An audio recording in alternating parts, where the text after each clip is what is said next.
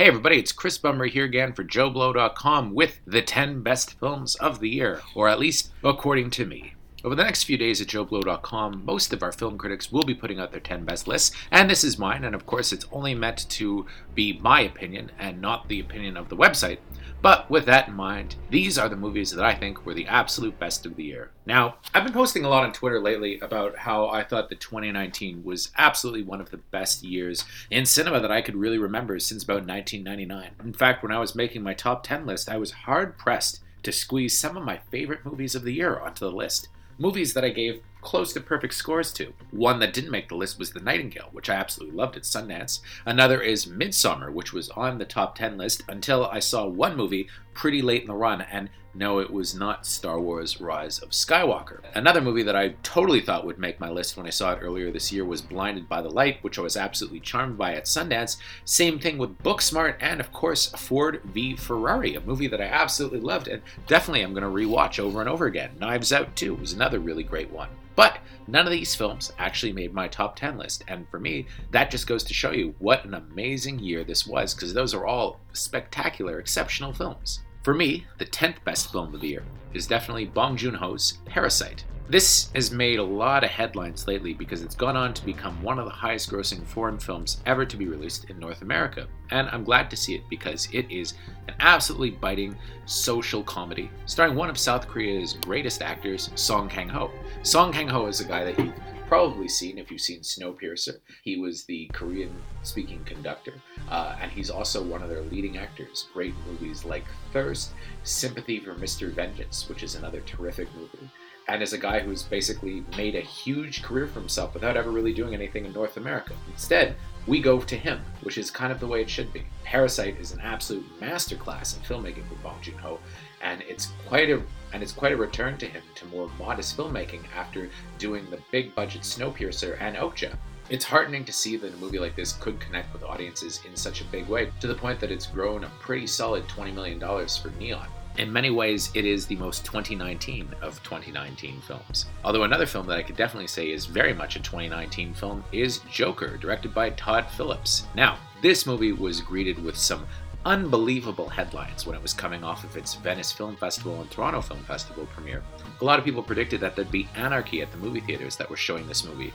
That's how provocative everybody thought it was, as if it was some kind of ode to incel culture. Of course, the movie came out, made about $1 billion, and absolutely nothing happened, except for the fact that people were entertained by what turned out to be a pretty great movie. Todd Phillips definitely changed his career with this one. I don't think we'll ever think of him as the director of The Hangover anymore. Rather, we'll be thinking of him as the director of Joker, and Joaquin Phoenix had one of the greatest roles of his career playing the title role. And Joaquin Phoenix had one of the greatest roles of his career playing the title role. He makes the character empathetic, but not sympathetic, and I think that that's a kind of a tough thing to pull off. It's very similar to Martin Scorsese's movies like Taxi Driver and The King of Comedy, but adapted to the DC universe. And it's definitely a dark enough film that I couldn't see Joaquin Phoenix's version of Joker ever being folded into the DCEU as a whole. But I have to say, one of the most memorable films of the year.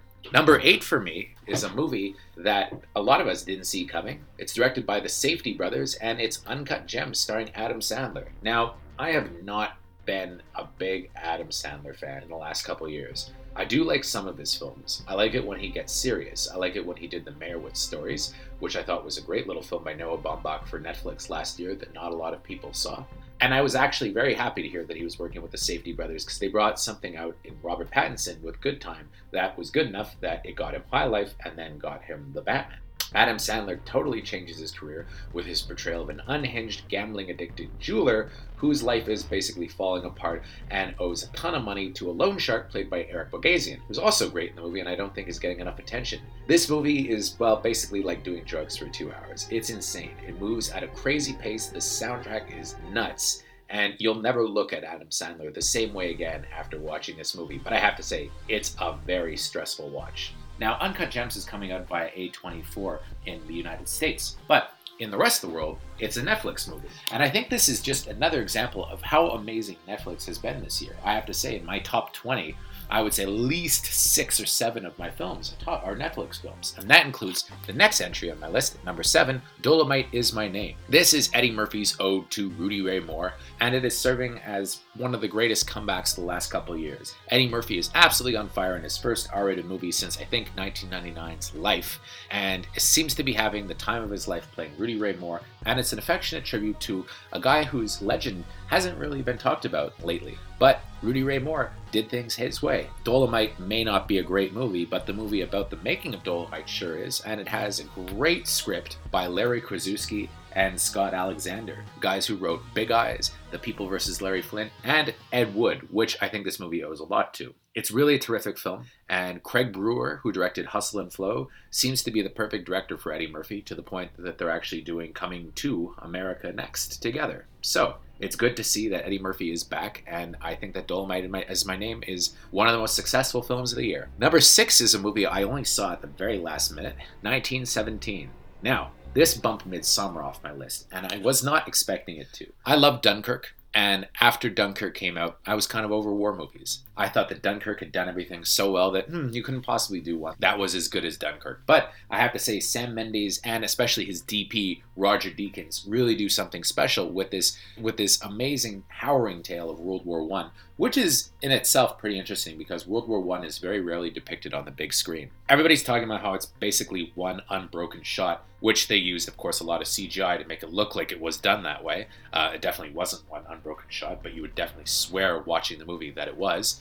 It's similar to Birdman in that way, but the thing that's interesting about the shots are that they never really call attention to themselves. Basically, you're following around these two soldiers as they go into war on a very specific mission to try and deliver information to a military officer to call off an attack. So it has a very specific story that they're going and a very specific way that they're going. And you're following them around the entire movie, and you're watching them, and you're really relating to them. You get to know them on an emotional level, and I think that in some ways 1917 hits you probably more emotionally than something like Dunkirk even did. Now, I'm not really necessarily comparing the films, and I think that I probably still do prefer Dunkirk, but 1917 in itself is a remarkable achievement and probably the best thing that Sam Mendes has ever done. And I'm a big Sam Mendes fan.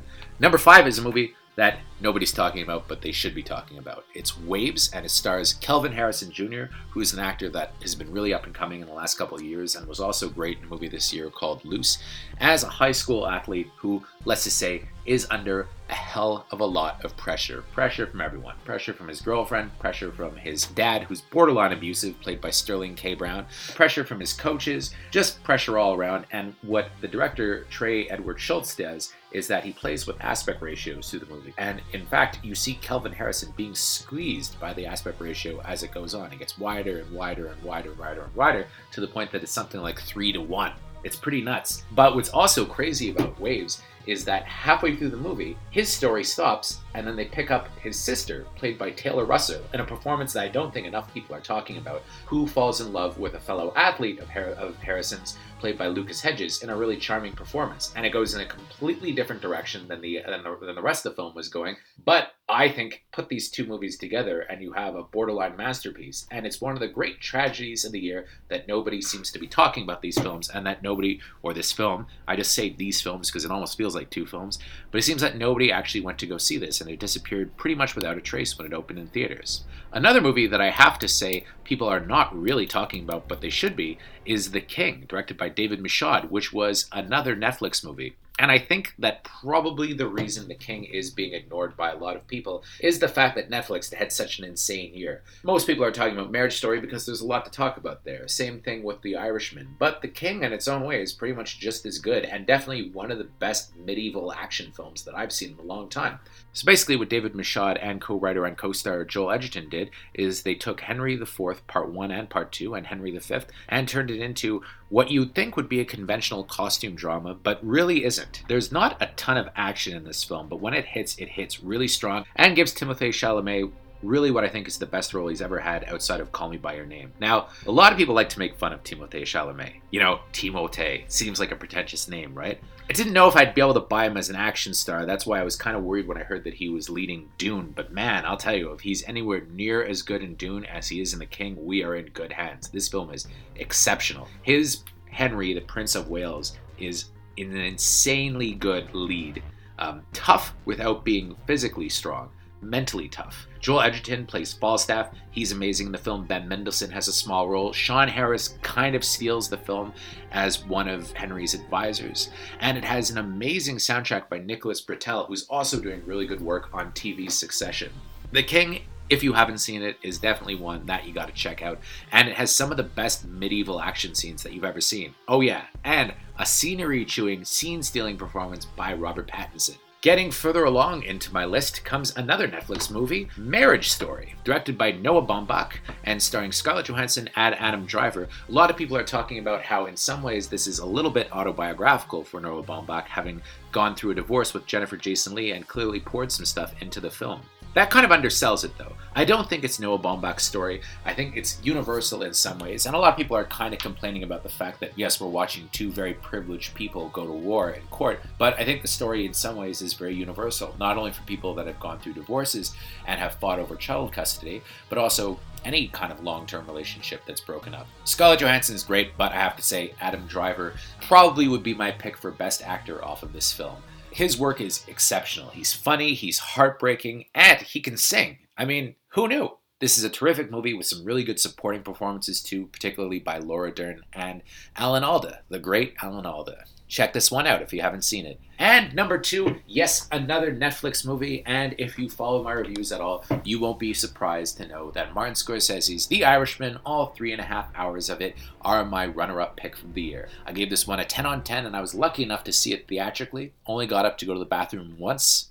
Absolutely love this film. I even love the CGI technology that they use to de-age the actors. Now, Robert De Niro is absolutely great as Frank Sheehan, who paints houses for the mob, but I have to say the film is totally stolen by 2 supporting players in it, Joel Pesci, who plays Russell Bufalino, and it's a very atypical role for Joe Pesci, at least in a Scorsese movie, in that he's a quiet, reserved guy, and Al Pacino with probably the best acting that he's done in, I don't know, maybe since The Insider in 1999, as Jimmy Hoffa. Now, I kind of giggled when I heard that Al Pacino was being cast as Jimmy Hoffa, because he doesn't necessarily look like him, and I didn't know if he'd be able to pull it off, but wow. Pacino, I guess because he was doing his first ever movie for Scorsese and wanted to prove to Scorsese that, hey, you should have been working with me for the last 50 years, really brings it all. Brings it all. He is absolutely amazing in this movie, and I think it stands up with probably Pacino's best performances ever. This movie is absolutely terrific, and you know what, if people complain about the length, then either watch it in a couple of sittings or just don't watch it at all. To me, The Irishman is absolutely perfect. And number 1 is a movie that holds a very special place in my heart, and it's the only film that I've watched about 3 or 4 times this year, Quentin Tarantino's Once Upon a Time in Hollywood. Now, this is a movie whose development I was following since day 1, to the point that I read a book called The Studio, which was kind of about the era that this takes place in, 1969, the TV westerns dying off, actors kind of getting lost in the system a little bit, and Leonardo DiCaprio's Rick Dalton as a character that totally could have been plucked out of the studio. DiCaprio, I don't think, is getting enough credit for how funny he is at certain points in this movie, especially when he's on set at Lancer, and Brad Pitt kind of reinvents himself as a total badass, as his stuntman. I love this film. There's so much about this movie that works. It has a really good set piece where Brad Pitt's character goes to the Spawn Ranch and sees the Manson family with Lena Dunham and Margaret Qualley and Bruce Dern as George Spahn, who filled in at the last minute for Burt Reynolds after he died and is amazing. This movie is just, to me, a masterpiece. Margot Robbie also really good as Sharon Tate. Yes, there's not a lot of dialogue for her in the movie, but I have to say she's really good and captures the role really well, even though she doesn't necessarily look anything like Sharon Tate. I absolutely love this movie. I don't think that there's any flaws to it whatsoever. Some people say it goes a little bit long. I say there's not enough of it. I could have gone on and watched this movie for another 3 hours. In fact, I wish that in some ways that Tarantino had turned it into a miniseries because I wanted to stay in this world. That said, it's a real big screen experience, 235:1 widescreen, amazing soundtrack choices. I have it on 4K DVD, and I don't even have a 4K player, unfortunately. And this is a movie that I think I'm going to revisit over and over and over and over again. And it's my favorite film of the year, without question. So those are my 10 best movies of the year. What are yours? Strike back below on YouTube, but be nice. Until next time, I'm Chris Bumbry for JOBLO.com.